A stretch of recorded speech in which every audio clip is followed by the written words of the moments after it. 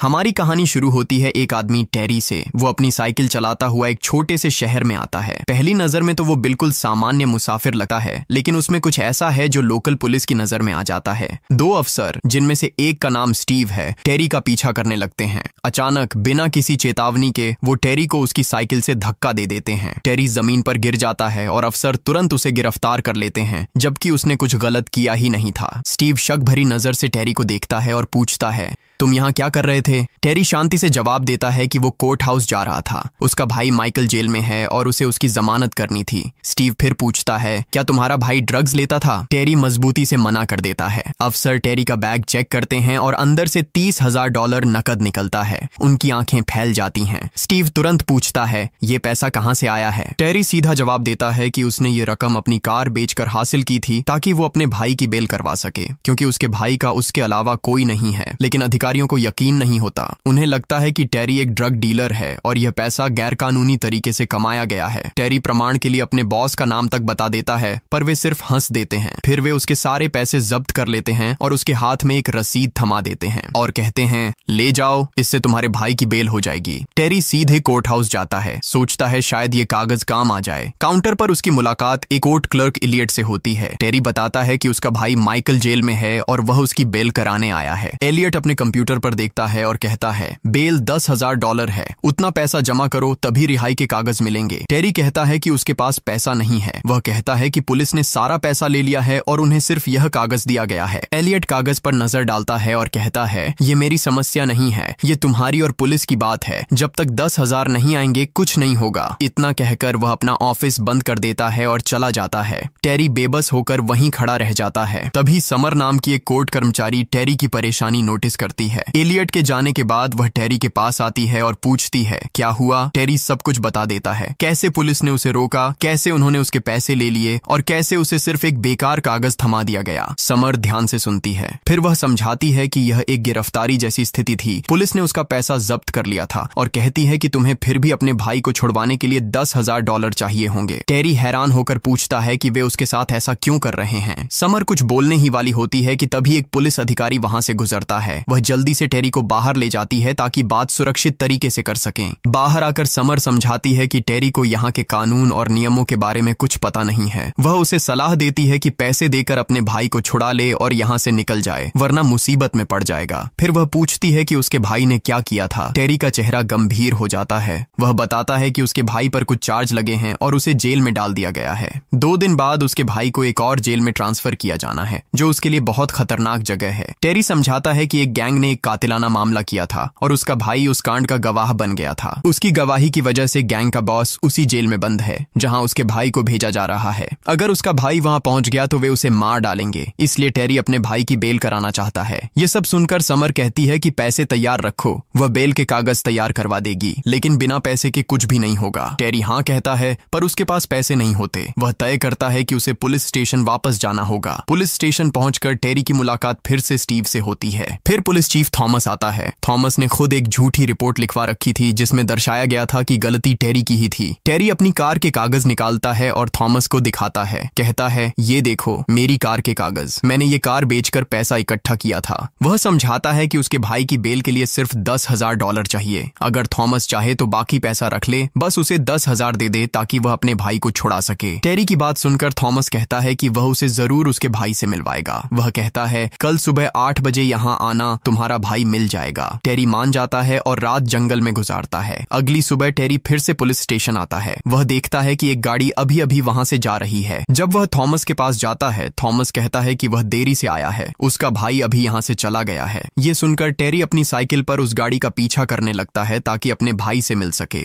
जब उसकी मुलाकात माइकल से होती है, वह उससे कहता है कि जेल पहुंचते ही सुरक्षा के लिए अपील करानी होगी, क्योंकि वहां के लोग उसकी पहचान जानते हैं और उसकी जिंदगी खतरे में है। वापस आकर टेरी पैसे का इंतजाम करने के लिए अपने बॉस को कॉल करता है। जब वह $10,000 मांगता है, उसका बॉस कहता है कि टेरी ने पुलिस को उनके बारे में बताकर बड़ी गलती कर दी है। वहां की पुलिस ने उसके शहर की पुलिस को सब बता दिया था और उन्होंने उनके ऑफिस पर छापा मारकर सब कुछ जब्त कर लिया है। अब बॉस के पास देने के लिए कुछ नहीं बचा। टेरी को समझ आ जाता है कि बॉस से कोई मदद नहीं मिलने वाली। अब उसके पास कोई रास्ता नहीं बचा। वह फिर से कोर्ट जाता है और समर से मिलता है। वह बताता है कि उसके भाई को ट्रांसफर कर दिया गया है और अब उसकी जान खतरे में है। जेल जेल पहुंचने से पहले वह उसे बेल कराना चाहता है। समर उसे साइड में ले जाती है और कहती है कि पैसे देने के अलावा कोई विकल्प नहीं है। वह समझाती है कि वह पैसे लाकर जज को देगी और तभी बेल के कागज निकल पाएंगे। टेरी कहता है कि वह जा रहा है और पैसे लेकर वापस आएगा, लेकिन उसे कहीं से भी पैसे नहीं मिलते। इसीलिए वह थॉमस से बात करने के लिए दोबारा पुलिस स्टेशन जाता है।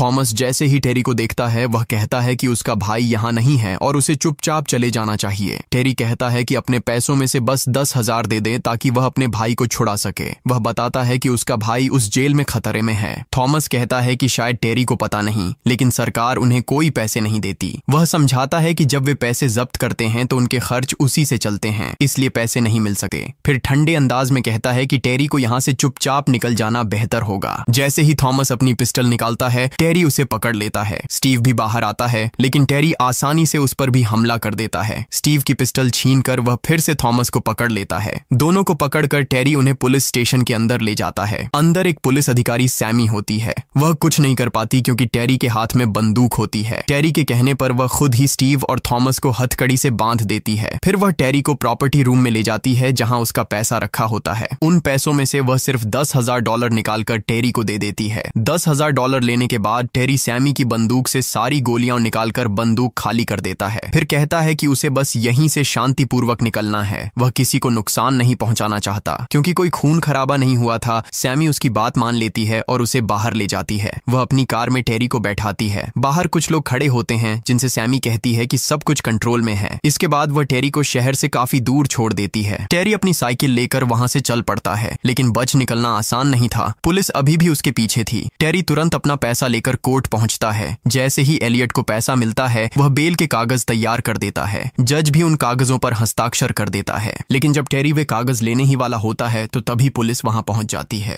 वे टेरी को गिरफ्तार करके अपने साथ ले जाते हैं। ये लोग टेरी को जेल नहीं ले जाते, बल्कि थॉमस के पास ले आते हैं। थॉमस टेरी को एक अस्पताल ले जाता है। वहां वह टेरी को उसके सारे पैसे और कार के कागज वापस कर देता है। थॉमस टेरी को एक और कार भी देता है और कहता है कि अब वह इससे एक नया कारोबार शुरू कर सकता है और उसके पैसे भी उसे वापस मिल गए हैं। फिर थॉमस बताता है कि जिस जेल में उसके भाई को ट्रांसफर किया गया था, वहां एक लड़ाई हुई थी। उस लड़ाई में उसका भाई गंभीर रूप से जख्मी हो गया। वह अभी उसी अस्पताल में भर्ती है। टेरी चाहे तो जाकर उससे मिल सकता है। ये सब सुनकर टेरी बहुत इमोशनल हो जाता है। उसे पहले से अंदाजा था कि उसका भाई उस जेल में जिंदा नहीं बचेगा। जब टेरी अंदर जाकर अपने भाई से मिलता है तो उसे पता चलता है कि उसका भाई घायल नहीं बल्कि मर चुका है। उसके भाई पर कई बार छुरी से वार किए गए थे। उन्हीं जख्मों की वजह से उसकी मौत हुई थी। अपने भाई की लाश को ठीक जगह रखकर टेरी वहां से निकल जाता है। आखिरी बार समर उसे छोड़ने जाती है। रास्ते में समर एक पूरी रिपोर्ट निकालकर टेरी को दिखाती है। उसका इरादा था कि वो टेरी को बता सके कि पुलिस वहां कितने गंदे और गैर कानूनी काम कर रही है। लेकिन टेरी को अब इन सब बातों से कोई मतलब नहीं रहता।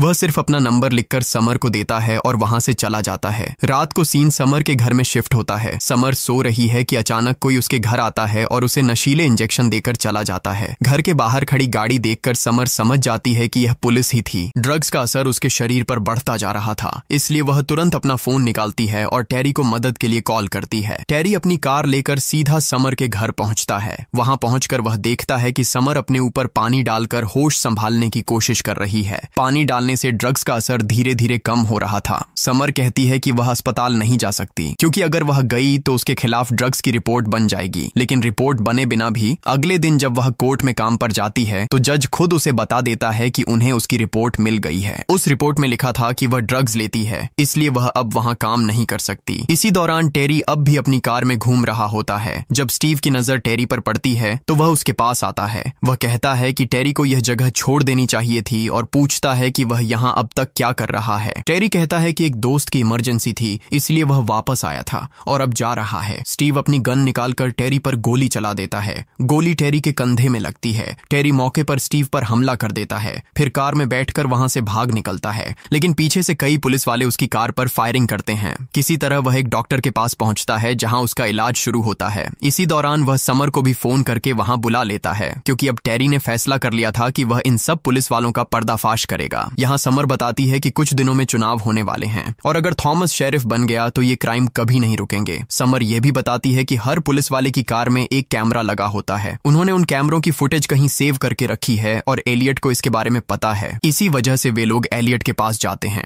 समर एलियट से कहती है कि क्या उसे पता है वे चिप्स कहाँ रखी हैं। एलियट कहता है कि वह उन्हें कुछ नहीं बता सकता, क्योंकि अगर उन्हें पता चल गया तो वे उसे मार डालेंगे। वह कहता है कि वह उनके खिलाफ नहीं जा सकता, लेकिन समर उसे बहुत समझाती है और आखिर में एलियट एक संकेत देता है। उस संकेत की वजह से समर को समझ आ जाता है कि वे सारी चिप्स कहाँ रखी हैं। समर टेरी को लेकर उस जगह जाती है और सभी चिप्स ढूंढने लगती है। उसे सारी चिप्स मिल जाती हैं। इनमें से एक चिप टेरी के भाई माइकल की भी है। उस पर जो कुछ उन्होंने माइकल के साथ किया उसकी रिकॉर्डिंग इसी चिप में है। जब वहां से निकलने का समय आता है तो समर टेरी से कहती है कि वह कार में जाकर उसका इंतजार करे। टेरी उसकी बात मानता है, कार में जाकर बैठता है और इंतजार करता है। समर अंदर कुछ और ढूंढने जाती है, लेकिन तभी दो पुलिस वाले समर को देख लेते हैं और उसे पकड़ लेते हैं। वे उसे अपने साथ ले जाते हैं। टेरी भी उनकी कार का पीछा करता है। बाकी पुलिस वाले समर को लेकर चले जाते हैं, लेकिन एक पुलिस वाला अपनी कार में बैठा रह जाता है। टेरी अपनी कार लेकर उस कार से टकरा देता है और उस पुलिस वाले को बाहर गिरा देता है। जैसे ही वह पुलिस वाला बाहर आता है, टेरी उसे पकड़ लेता है। रेडियो के जरिए टेरी उन पुलिस वालों से बात करता है जो समर को ले जा रहे थे। टेरी कहता है कि अगर उन्होंने समर को कुछ किया तो उसके पास उनकी चिप है और वह उसे वायरल कर देगा।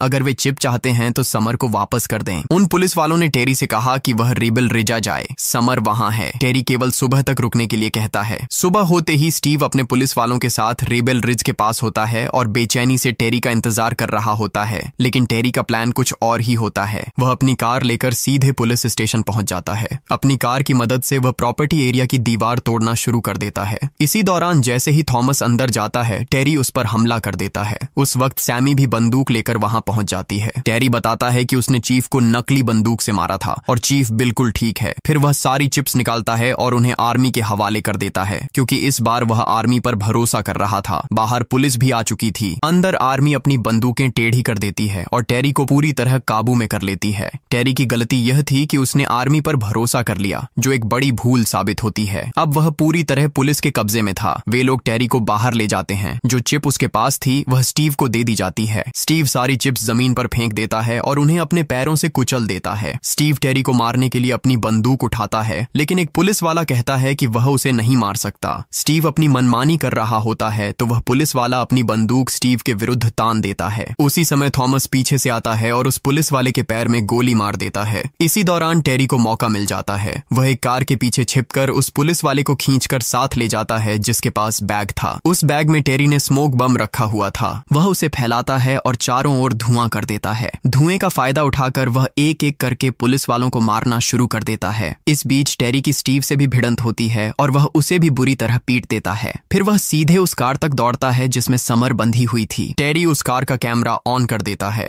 वह कार लेकर घायल पुलिस वाले के पास जाता है और उसे भी कार में बिठा लेता है। अब टेरी सबको लेकर अस्पताल की ओर निकल पड़ता है। दरअसल इन लोगों ने समर को ड्रग्स दे रखी थी, इसलिए उसकी हालत भी खराब थी। चीफ और बाकी पुलिस वाले उनके पीछे आ जाते हैं। चीफ की कार टेरी के बिल्कुल पीछे होती है। सैमी जाकर चीफ की कार से टकराती है, जिससे चीफ अपने रास्ते से हट जाता है और टेरी कुछ हद तक सुरक्षित हो जाता है। सैमी सब पुलिस वालों से कहती है कि सब कुछ ठीक है। वह यह भी बताती है कि चीफ के हर एक अंदाज का वीडियो कैमरे में रिकॉर्ड हो चुका था। टेरी सीधे अस्पताल पहुंचता है और समर को लेकर तुरंत भर्ती करवा देता है। उसे बहुत दवाइयों और इलाज की जरूरत थी, क्योंकि ड्रग्स का ओवरडोज उसकी जान ले सकता था। इसके बाद टेरी बाहर जाकर कार से वह डीवीडी निकाल लेता है, जिसमें कैमरे की सारा फुटेज सेव था। इसी फुटेज की मदद से टेरी चीफ के सारे अपराध सबके सामने ला देता है। इस तरह टेरी ने पूरा सच दुनिया के सामने रख दिया, वो सच जिसे पुलिस हमेशा छिपाने की कोशिश कर रही थी। और यहीं पर ये मूवी खत्म हो जाती है। अगर आपको ये कहानी पसंद आई हो तो वीडियो को लाइक जरूर करें और चैनल को सब्सक्राइब कर लें, ताकि ऐसी और रोमांचक कहानियां आप तक लगातार पहुंचती रहें।